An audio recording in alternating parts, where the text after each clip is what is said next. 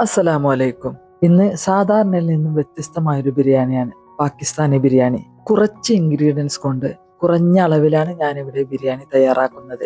ഏത് സാധാരണക്കാരനും ഉണ്ടാക്കാൻ പറ്റുന്ന, ഏത് ഫംഗ്ഷനിലും തയ്യാറാക്കാൻ പറ്റുന്ന വ്യത്യസ്തമായൊരു ബിരിയാണി, സിമ്പിൾ ആയിട്ടുള്ള ഒരു ബിരിയാണി. ഇത് എങ്ങനെയാണ് തയ്യാറാക്കുന്നതെന്ന് കണ്ടു നോക്കാം. 600 ഗ്രാം ചിക്കനാണ് ഞാനിവിടെ എടുത്തിട്ടുള്ളത്. അത് നല്ലപോലെ കഴുകി വൃത്തിയാക്കി വെള്ളം വാരാനായിട്ട് മാറ്റി വെക്കണം. ഇനി സവാള ഒന്ന് ഫ്രൈ ചെയ്തെടുക്കണം. ഇതിന് വേണ്ടിയിട്ട് പാനിലേക്ക് 3 ടേബിൾ സ്പൂൺ ഓയിൽ ഒഴിച്ചു കൊടുക്കുക. കൂടെ തന്നെ 1 ടീസ്പൂൺ നെയ്യാണ് ഒഴിച്ചു കൊടുക്കുന്നത്. ഇത് നല്ലപോലെ ചൂടായതിനു ശേഷം ഇതിലേക്കായിട്ട് സവാള ഇട്ട് കൊടുക്കുക. മീഡിയം സൈസിലുള്ള 2 സവാളയാണ് ഞാനിവിടെ എടുത്തിട്ടുള്ളത്. ഇത് നല്ലപോലെ തന്നെ ഒന്ന് ഫ്രൈ ചെയ്തെടുക്കുക. ഗോൾഡൻ ബ്രൗൺ നിറമാകുമ്പോൾ ഇത് കോരി മാറ്റണം കേട്ടോ. ഇത് ബ്ലാക്കിലേക്ക് മാറട്ടെ. അപ്പോൾ കൈപ്പരസം വരികയും ചെയ്യും. തന്നെയല്ല ഈ ബിരിയാണിക്ക് അത് യോജിച്ചതല്ല. അതുകൊണ്ട് തന്നെ ഗോൾഡൻ കളറിലേക്കായി വന്നിട്ടുണ്ടെങ്കിൽ ഇത് കോരി മാറ്റുക. ഇത് മുഴുവനായിട്ടും ഈ എണ്ണയിൽ നിന്ന് കോരി എടുത്തതിന് ശേഷം ഒന്ന് പരത്തി വെക്കണം. കൂട്ടി വെച്ചിട്ടുണ്ടെങ്കിൽ ഇത് മൂപ്പേറി പോകും. അതിനാലാണ് പരത്തി വെക്കാൻ പറയുന്നത്. ഇനി ചിക്കനിലോട്ട് മസാല തേച്ച് പിടിപ്പിക്കാം. ഇതിനായിട്ട് ഒരു ബൗളിലേക്ക് ചിക്കൻ ഇട്ട് കൊടുക്കുക. ഈ ചിക്കനിലോട്ട് 2 ടേബിൾ സ്പൂൺ തൈരാണ് ചേർത്ത് കൊടുക്കുന്നത്. കട്ട തൈരാണ് ചേർത്ത് കൊടുക്കേണ്ടത്. 1/2 ടീസ്പൂൺ ഉപ്പ്, 1/4 ടീസ്പൂൺ ഗരം മസാലപ്പൊടി, 1 ടീസ്പൂൺ കാശ്മീരി മുളക് പൊടി. കളറ് വേണ്ടവർക്ക് അത് ചേർത്ത് കൊടുക്കാം. അതിന് പകരമായിട്ടാണ് ഞാനിവിടെ കാശ്മീരി മുളക് പൊടി ചേർത്ത് കൊടുക്കുന്നത്. നല്ലപോലെ തന്നെ കൂട്ടി യോജിപ്പിക്കുക. 1 മുറി നാരങ്ങയുടെ നീരും കൂടെ ചേർത്ത് കൊടുക്കണം കേട്ടോ. നല്ലപോലെ മിക്സ് ചെയ്തെടുക്കുക. പിന്നെ നമ്മൾ സവാള ഫ്രൈ ചെയ്ത് മാറ്റി വെച്ചിരുന്ന ആ സവാളയുടെ 1/3 ഭാഗം കൂടി ചേർത്ത് കൊടുത്ത് ഒന്നും കൂടെ മിക്സ് ചെയ്തതിന് ശേഷം അരമണിക്കൂർ റെസ്റ്റ് ചെയ്യാനായിട്ട് മാറ്റി വെക്കണം.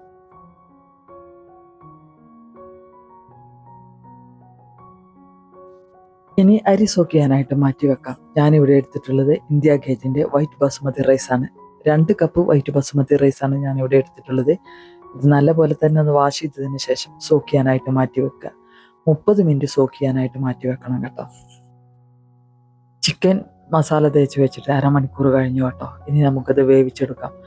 അതിനായിട്ട് സവാള ഫ്രൈ ചെയ്തെടുത്ത ഓയിലുണ്ടല്ലോ, ആ ഓയിലിലേക്ക് 2 പച്ചമുളക് നീളത്തിൽ അരിഞ്ഞതാണ് ഞാൻ ഇവിടെ ഇട്ട് കൊടുക്കുന്നത്. അതൊന്ന് കളർ മാറണ്ട, ഒന്ന് മൂപ്പിച്ചെടുക്കുക.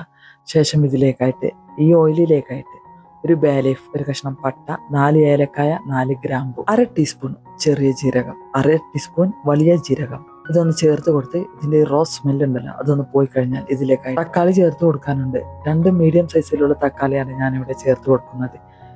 തക്കാളി നല്ലപോലെ തന്നെ ഒന്ന് വഴറ്റിയെടുക്കണം കേട്ടോ. തക്കാളി നല്ലപോലെ സോഫ്റ്റ് ആയി വരണം. ഇനി ഇതിലേക്കായിട്ട് ജിഞ്ചർ ഗാർലിക് പേസ്റ്റ് ചേർത്ത് കൊടുക്കണം. നമ്മൾ നേരത്തെ ചിക്കന് ചേർത്തതാണ്. അതുകൊണ്ട് തന്നെ 1/4 ടീസ്പൂൺ ജിഞ്ചർ ഗാർലിക് പേസ്റ്റാണ് ഞാനിവിടെ ചേർത്ത് കൊടുത്തിട്ടുള്ളത്. നല്ലപോലെ തന്നെ ഒന്ന് വഴറ്റിയെടുക്കുക.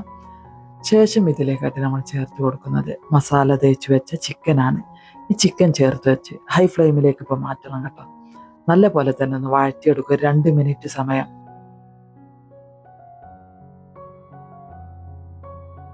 ഇനി എരിവിനായിട്ട് നമ്മൾ ഇതിലേക്ക് ഒന്നും ചേർത്ത് കൊടുത്തിട്ടില്ല.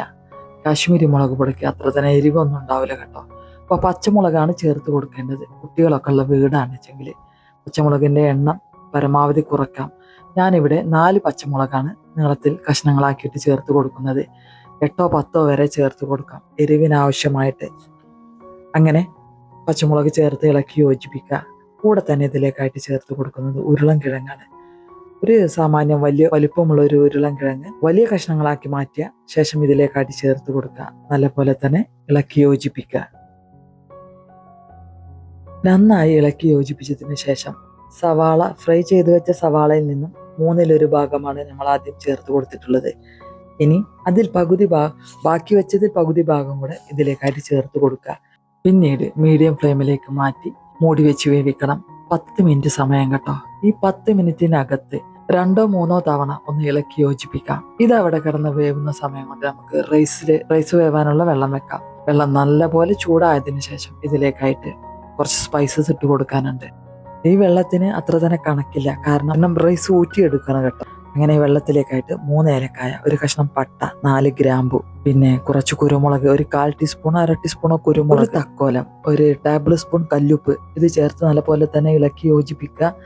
നന്നായി വെള്ളം വെട്ടി തിളച്ചാൽ ഇതിലേക്കായിട്ട് റൈസ് ഇട്ട് കൊടുക്കുക. മൂടി വെച്ച് വേവിക്കുക. ഇടക്കൊന്ന് തുറന്ന് ഇതിലേക്കായിട്ട് കുറച്ച് ഒലിവ് ഓയിലാണ് ഒഴിച്ചു കൊടുക്കുന്നത്. ഒലിവ് ഓയിൽ ഇല്ലെങ്കിൽ സൺഫ്ലവർ ഓയിലോ വേറെ ഏതെങ്കിലും ഓയിൽ ഒഴിച്ചു കൊടുക്കാം.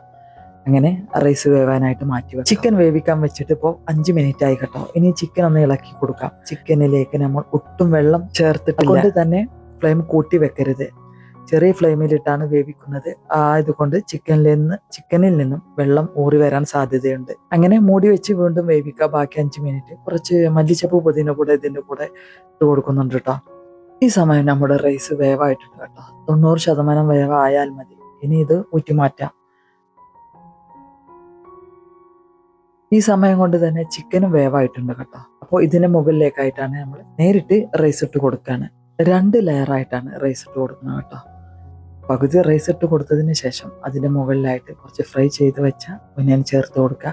കുറച്ചൊക്കെ മല്ലിച്ചപ്പും കൂടെ ചേർത്ത് കൊടുക്കുക.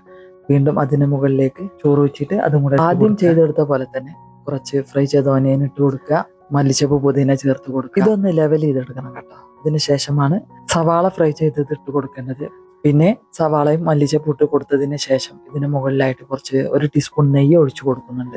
ശേഷം ഒരു കളർ നമ്മൾ ഇതിലേക്ക് ആഡ് ചെയ്തിട്ടില്ല, അതുകൊണ്ട് തന്നെ മഞ്ഞളും ചിക്കനിൽ ചേർത്ത് കൊടുത്തിട്ടില്ല. കുറച്ച് മഞ്ഞൾപ്പൊടി കലക്കി ചേർക്കാം, അല്ലെങ്കിൽ ഞാനിവിടെ ചേർത്ത് കൊടുക്കുന്നത് സാഫ്രോൺ ആണ്. അതൊന്ന് പച്ചവെള്ളത്തിലിട്ട് കലക്കി അതൊരു സൈഡിലായിട്ട് ഇങ്ങനെ ഒഴിച്ചു കൊടുക്കുക. പിന്നെ റെഡ് ഫുഡ് കളറാണ് ഒഴിച്ചു കൊടുക്കേണ്ടത്. അതിനായിട്ട് ഞാനിവിടെ ചേർത്ത് കൊടുക്കുന്നത് പാപ്രിക്ക പൗഡർ അല്പം വെള്ളത്തിലൊന്ന് കലക്കിയിട്ട് അതാണ്. റെഡ് ഫുഡ് കളർ ചേർക്കേണ്ടവർക്ക് ചേർത്ത് കൊടുക്കാം. കളർ ചേർത്ത് കൊടുക്കുകയാണെങ്കിൽ ഒന്നും കൂടി ഒരു കളറ് കിട്ടും, അത്ര തന്നെ. ഞാനിവിടെ കളറല്ലേ ചേർത്ത് കൊടുക്കുന്നത്. അങ്ങനെ മൂടി വെച്ച് ലോ ഫ്ലെയിമിൽ 15 മിനിറ്റാണ് ദം ചെയ്യുന്ന ചെമ്പ് നേരിട്ടാണ് പിന്നെ സ്റ്റൗവിലേക്ക് വെച്ചിട്ട് കൊടുത്തിട്ടുള്ളത്. അതെന്തുകൊണ്ടാണെന്ന് ചോദിച്ചിട്ടുണ്ടെങ്കിൽ ചോറ് ഊറ്റിയിടുമ്പോൾ വല്ലാതെ വെള്ളം വാർന്നു പോയിട്ടില്ല. ചെറിയൊരു വെള്ളം ഈ ചോറിനോടൊപ്പം പോന്നിട്ടുണ്ട്. അതുകൊണ്ടാണ് ഇത് നേരിട്ട് വെച്ച് കൊടുക്കുന്നത്. ഇനി ചോറ് വാർത്ത് വെച്ച് കുറച്ച് സമയത്തിന് ശേഷമാണ് ദം ചെയ്യുന്നത് എങ്കിൽ നമ്മൾ കേക്കൊക്കെ ഉണ്ടാക്കുമ്പോൾ സ്റ്റൗ ടോപ്പിൽ പാത്രം അടിയിൽ വെച്ച് കൊടുക്കുമല്ലോ, അതുപോലെ വെച്ച് കൊടുക്കണം. അല്ലെങ്കിൽ ഞാൻ ഈ പറഞ്ഞ പോലെയാണെങ്കിൽ നേരിട്ട് വെച്ച് കൊടുക്കാം കേട്ടോ. പക്ഷേ ഏറ്റവും ലോ ഫ്ലെയിമിലായിരിക്കണം എന്ന് മാത്രം. 15 മിനിറ്റ് ദം ചെയ്ത് ഫ്ലെയിം ഓഫ് ചെയ്ത് 30 മിനിറ്റിന് ശേഷമാണ് ഞാൻ ഈ ചോറ് ഇവിടെ എടുത്ത് നോക്കുന്നത് കേട്ടോ. റൈസൊക്കെ നല്ല പോലെ വേവായിട്ട് നല്ല സിൽക്കി ടെക്സ്ചറിൽ വന്നിട്ടുണ്ട്. സൂപ്പർ ടേസ്റ്റിയുമാണ്. അപ്പോൾ എപ്പോഴെങ്കിലും ഇങ്ങനെ ഒരു ബിരിയാണി ഇതുപോലെ ഉണ്ടാക്കി നോക്കുക. ഈ വീഡിയോ നിങ്ങൾക്ക് ഉപകാരപ്പെടുമെന്ന് തോന്നിയാൽ മറ്റുള്ളവരിലേക്ക് ഷെയർ ചെയ്ത് കൊടുക്കുക. ഇഷ്ടമായാൽ ലൈക്ക് ചെയ്യുക, സബ്സ്ക്രൈബ് ചെയ്യുക. ഇൻഷാ അല്ലാഹ് മറ്റൊരു വീഡിയോയുമായി വരുന്നതുവരെ ബൈ. അസ്സലാമു അലൈക്കും.